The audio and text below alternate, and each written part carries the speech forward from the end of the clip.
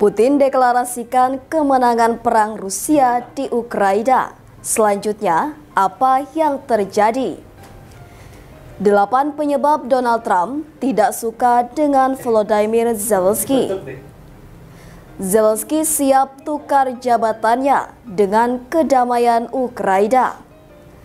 AS dan Cina tuntaskan perang tarif. Damai. Halo sahabat pojok, minggu ini kita akan menyajikan berita-berita terupdate, aktual, dan berbagi informasi menarik lainnya selama sepekan. Bersama saya Hesti Handayani di program Resum Pojok Negeri Media.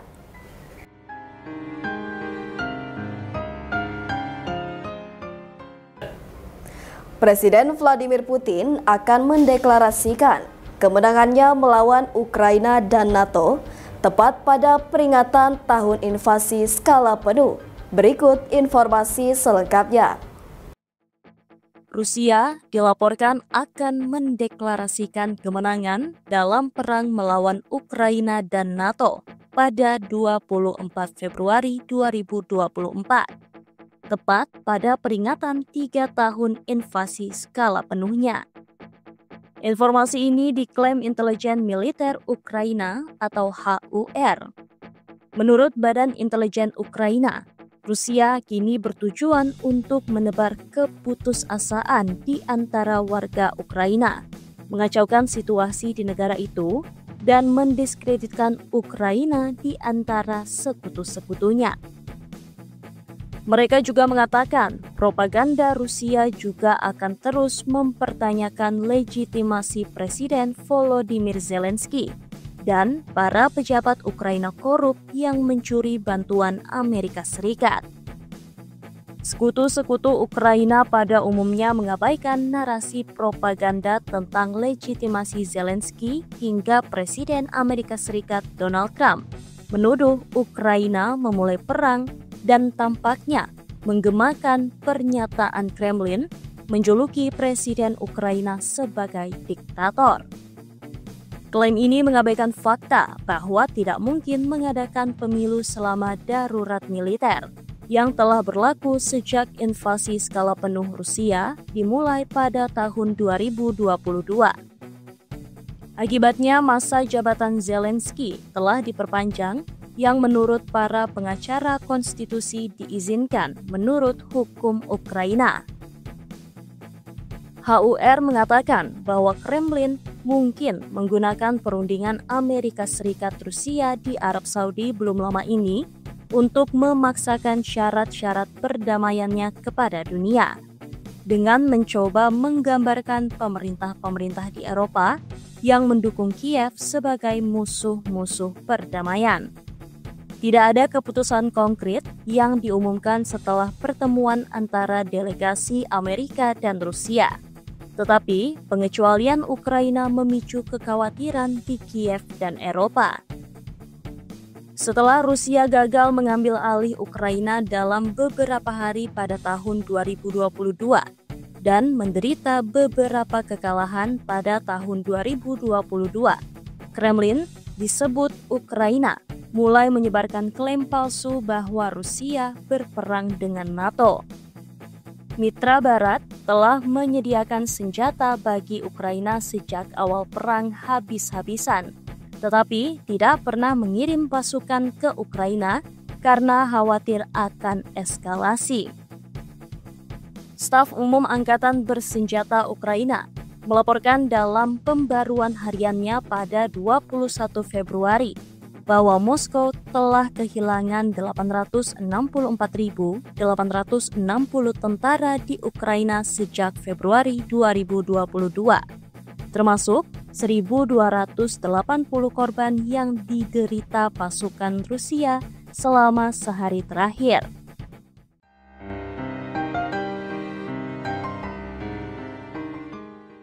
Ternyata Presiden Amerika Donald Trump tak menyukai pemimpin negara Ukraina Volodymyr Zelensky.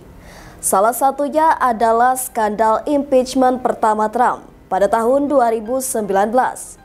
Trump dituduh menekan Zelensky untuk menyelidiki kandidat Presiden AS dari Partai Demokrat Joe Biden dan putranya Hunter Biden terkait dugaan korupsi di Ukraina. Berikut 8 penyebab Donald Trump tidak suka dengan Volodymyr Zelensky. Hubungan antara Presiden Amerika Serikat Donald Trump dan Presiden Ukraina Volodymyr Zelensky mengalami berbagai ketegangan dan konflik kepentingan. Sejak awal masa jabatan mereka, hubungan kedua pemimpin ini telah diwarnai berbagai peristiwa yang menyebabkan ketidakpercayaan, perbedaan visi politik, dan bahkan dampak langsung pada politik dalam negeri Amerika Serikat. Inilah berbagai alasan mengapa Donald Trump tidak menyukai Zelensky. 1. Ketegangan sejak awal, skandal impeachment Trump. Salah satu peristiwa terbesar yang menjadi pemicu ketegangan antara Trump dan Zelensky adalah skandal impeachment pertama Trump pada tahun 2019. Trump dituduh menekan Zelensky untuk menyelidiki kandidat Presiden Amerika Serikat dari Partai Demokrat Joe Biden dan putranya Hunter Biden terkait dugaan korupsi di Ukraina. Trump diklaim menahan bantuan militer Amerika Serikat senilai hampir 400 juta US dollar sebagai alat negosiasi agar Zelensky membuka penyelidikan tersebut. Zelensky di sisi lain berada dalam posisi sulit. Dia tidak ingin terseret dalam politik domestik Amerika Serikat, tetapi juga membutuhkan bantuan militer dari Washington untuk melawan agresi Rusia. Meskipun Zelensky tidak secara eksplisit menuruti permintaan Trump, skandal ini menjadi sorotan global dan menyebabkan Trump dimakzulkan oleh Dewan Perwakilan Rakyat Amerika Serikat sebelum akhirnya dibebaskan oleh Senat. Sejak saat itu hubungan Trump dan Zelensky memburuk. 2. Trump menganggap Zelensky tidak berterima kasih. Donald Trump secara terbuka menyatakan dia merasa Zelensky tidak cukup berterima kasih atas bantuan yang telah diberikan Amerika Serikat kepada Ukraina. Dalam beberapa kesempatan, Trump mengeluhkan Zelensky tidak menghargai bantuan besar yang telah dikirim Amerika Serikat, terutama bantuan militer yang sangat dibutuhkan Ukraina dalam menghadapi Rusia. Sikap Trump ini sejalan dengan pendekatannya dalam hubungan internasional, di mana dia seringkali mengharapkan pengakuan dan pujian dari sekutu Amerika Serikat atas kebijakan yang dia jalankan. Ketidakhadiran rasa terima kasih yang eksplisit dari Zelensky tampaknya menjadi salah satu faktor yang membuat Trump semakin tidak menyukai pemimpin Ukraina tersebut. 3. Perbedaan pandangan dalam konflik Rusia-Ukraina. Trump memiliki pendekatan yang lebih lunak terhadap Rusia dibandingkan dengan kebanyakan pemimpin Amerika Serikat lainnya, termasuk Presiden Joe Biden. Sementara pemerintahan Biden memberikan dukungan penuh kepada Ukraina dalam perang melawan Rusia, Trump justru menunjukkan sikap skeptis terhadap keterlibatan Amerika Serikat dalam konflik tersebut. Trump bahkan menyatakan Ukraina memiliki andil dalam memulai perang dengan Rusia. Pernyataan yang sangat kontroversial dan sejalan dengan narasi yang sering digunakan oleh Kremlin. Selain itu, Trump pernah menyebut Zelensky sebagai diktator tanpa pemilu karena dia tetap berkuasa di tengah perang tanpa mengadakan pemilu baru. Kritik yang diulang sekutu-sekutu Trump di media konservatif Amerika Serikat. Di sisi lain, Zelensky melihat perang melawan Rusia sebagai perjuangan eksistensial bagi negaranya dan sangat mengandalkan dukungan Barat termasuk Amerika Serikat. Perbedaan pandangan ini semakin memperburuk hubungan antara kedua pemimpin. 4. Negosiasi yang gagal. Penolakan Zelensky terhadap kesepakatan ekonomi.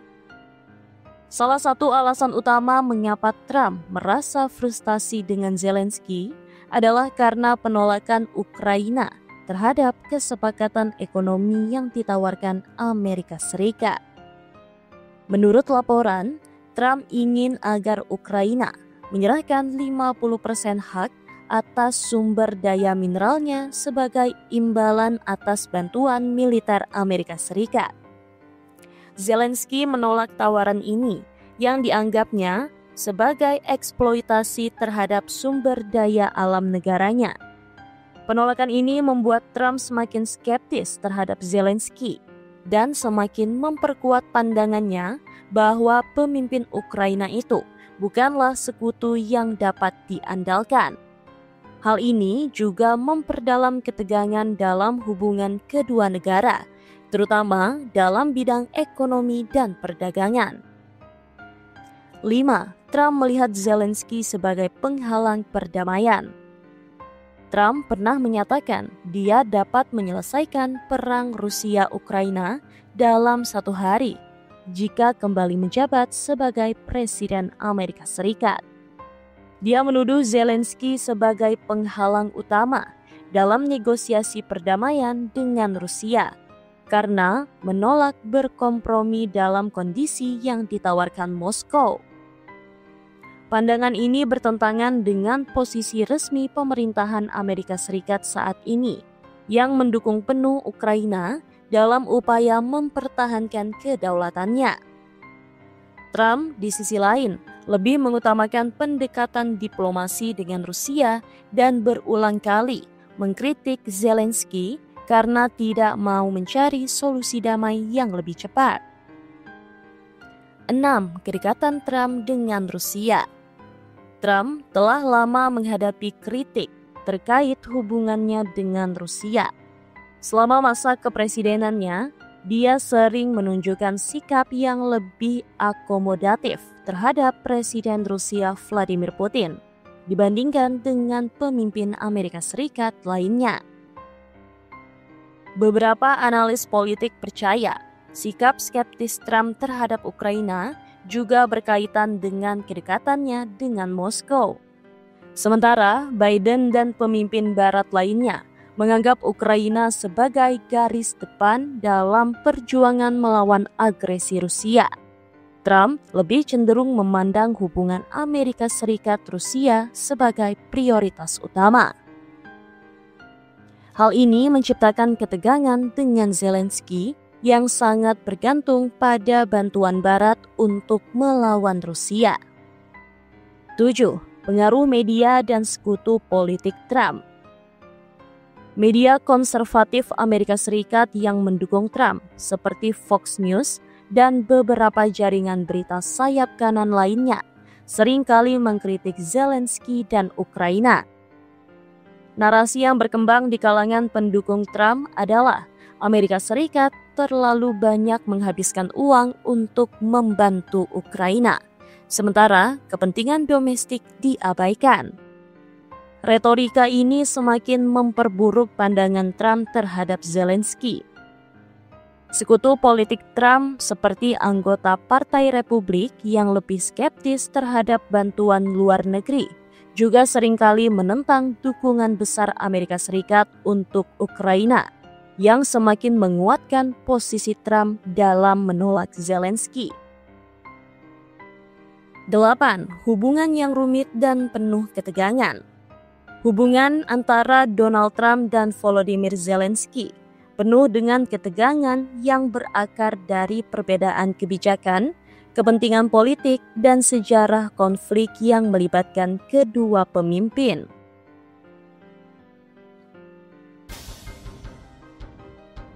Dari skandal impeachment 2019 hingga perbedaan pandangan tentang perang Rusia-Ukraina, Trump dan Zelensky tidak pernah memiliki hubungan yang harmonis.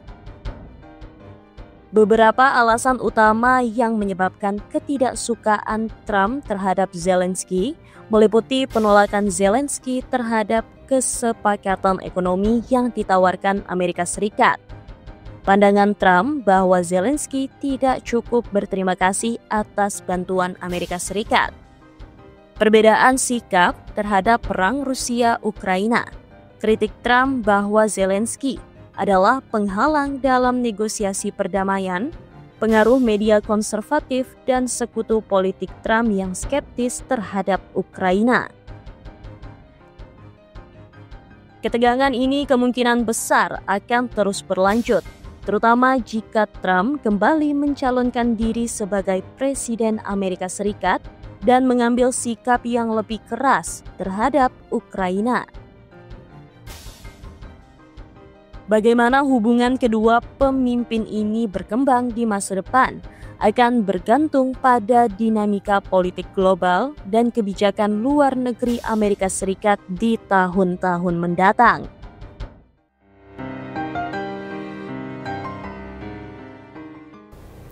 Manuver baru yang akan dilakukan Presiden Ukraina Volodymyr Zelensky.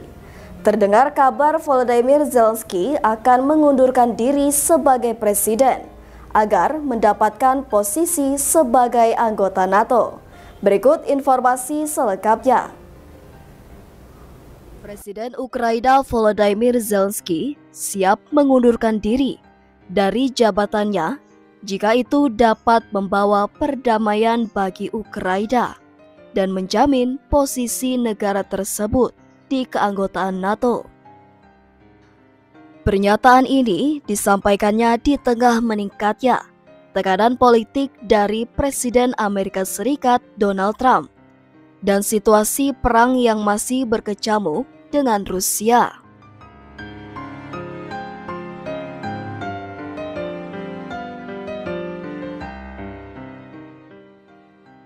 Lebih jauh, ia juga mengaitkan kemungkinan pengunduran dirinya dengan keanggotaan Ukraina di NATO, sebuah tujuan strategis yang selama ini diperjuangkan oleh Kiev. Pernyataan ini muncul di tengah hubungan yang memburuk antara Zelensky dan Donald Trump yang secara terbuka menyerangnya dengan menyebutnya sebagai seorang diktator dan mendorong agar Ukraina segera mengadakan pemilu di tengah perang. Trump yang telah kembali ke Gedung Putih menilai bahwa masa jabatan Zelensky telah berakhir pada 2024. Merujuk pada aturan konstitusi Ukraina yang menyatakan bahwa pemilu presiden harus diadakan setiap 5 tahun sekali. Namun, berdasarkan hukum darurat yang diberlakukan sejak Rusia menginvasi Ukraina pada Februari 2022, Ukraina tidak dapat menyelenggarakan pemilu selama status darurat perang masih berlaku. Trump juga menyebarkan klaim keliru bahwa Zelensky hanya memiliki tingkat popularitas 4%, yang kemudian dibantah oleh Zelensky dengan mengutip survei terbaru yang menunjukkan tingkat dukungan sebesar 63%. Ia juga menegaskan bahwa dirinya tidak akan memegang kekuasaan dalam jangka panjang, tetapi juga tidak akan membiarkan Presiden Rusia Vladimir Putin menguasai wilayah Ukraina. Sebelumnya, Zelensky juga sempat mengatakan bahwa Trump hidup dalam gelembung disinformasi yang tampaknya semakin memanaskan hubungan keduanya. Namun, ia mencoba meredakan ketegangan dengan mengatakan bahwa klaim tentang tingkat popularitas 4% tersebut berasal dari propaganda Rusia, bukan dari Trump langsung.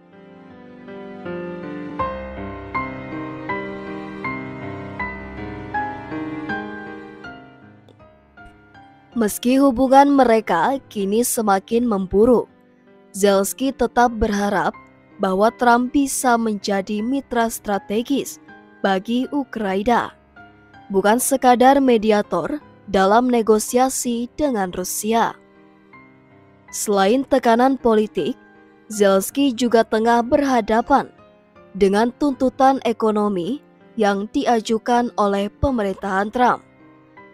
AS meminta agar Ukraina memberikan 500 miliar US dollar dalam bentuk sumber daya mineral penting sebagai bentuk pembayaran atas bantuan militer dan ekonomi yang telah diberikan selama perang. Namun, Zelensky menegaskan bahwa Ukraina tidak akan menerima kesepakatan yang membuatnya berutang dalam jumlah besar selama beberapa generasi ke depan.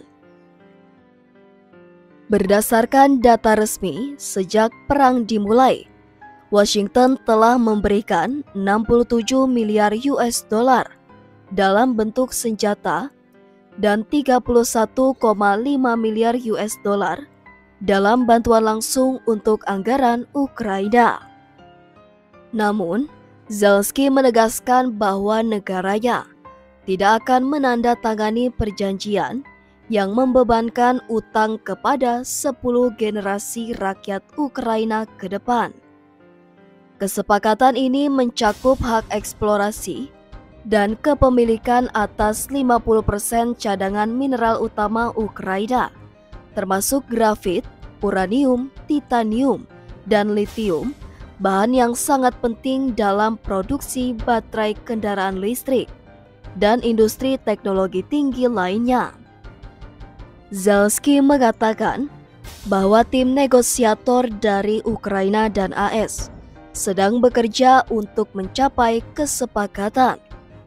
Tetapi ia tetap berisikeras bahwa kesepakatan tersebut harus mencakup jaminan keamanan bagi Ukraina, bukan sekadar transaksi ekonomi. Trump sendiri menyatakan bahwa ia mengharapkan kesepakatan ini akan segera ditandatangani. Meskipun detail final dari perjanjian tersebut masih belum jelas. Sementara itu, Menteri Ekonomi Ukraina, Yulia Sviridenko, mengungkapkan bahwa sekitar 18% wilayah Ukraina yang kini berada di bawah pendudukan Rusia mengandung sumber daya mineral senilai 350 miliar US dollar. Selain itu, Andriy Yermak, Kepala Staf Kepresidenan Ukraina, juga mengonfirmasi bahwa ia telah melakukan pembicaraan konstruktif dengan pejabat senior AS mengenai pengembangan sektor mineral Ukraina.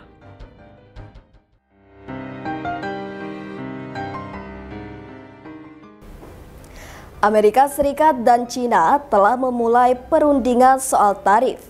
Hal ini terjadi setelah Presiden AS Donald Trump menjatuhkan tarif 10% terhadap barang-barang negeri tirai bambu yang masuk ke negaranya. Berikut informasi selengkapnya. Amerika Serikat dan China telah memulai perundingan soal tarif. Hal ini terjadi setelah Presiden Amerika Serikat Donald Trump menjatuhkan tarif 10% terhadap barang-barang negeri tirai bambu yang masuk ke negaranya. Mengutip Radio Free Asia, pernyataan singkat dari Departemen Keuangan Amerika Serikat mengatakan perundingan dilakukan via panggilan video oleh Menteri Keuangan Amerika Serikat Scott Bessent dan Wakil Perdana Menteri China, He Lifeng. Telepon itu menjadi sebuah perkenalan antara keduanya. Namun, pihak sudah Washington menyuarakan kekhawatiran defisit perdagangan. Di sisi lain, pernyataan berbahasa Mandarin yang dirilis oleh kantor berita pemerintah China, Xinhua, Li Feng sementara itu menyatakan kekhawatiran serius atas tarif tambahan Amerika Serikat baru-baru ini dan tindakan pembatasan lainnya terhadap China. Panggilan video itu dilakukan beberapa hari setelah Departemen Luar Negeri Amerika Serikat memperbarui lembar fakta hubungan bilateralnya dengan China untuk menambahkan serangkaian keluhan tentang Beijing yang menyebabkan reaksi keras dari pemerintah China. Perubahan pada 13 Februari itu yang dilakukan beberapa hari setelah Departemen Luar Negeri menghapus bahasa standar sebelumnya tentang tidak mendukung kemerdekaan Taiwan, mengisyaratkan kekhawatiran pemerintahan Trump tentang hubungan dagang Amerika Serikat-China. Dalam halaman situs resmi Amerika Serikat, China disebutkan menjadi salah satu iklim investasi paling ketat di dunia. Namun, dituliskan bahwa Washington berjanji untuk melaksanakan pendekatan America First Trump terhadap hubungan perdagangan dan diplomatik.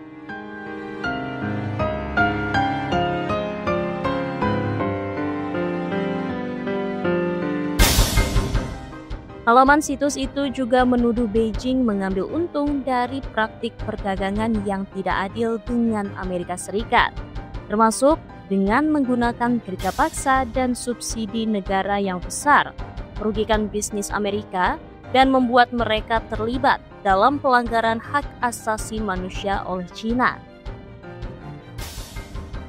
Halaman yang diperbarui tersebut juga secara khusus juga membuang praktik diplomatik Amerika yang biasa merujuk pemerintah China sebagai Republik Rakyat China atau dengan akronim RRC dan bukan China.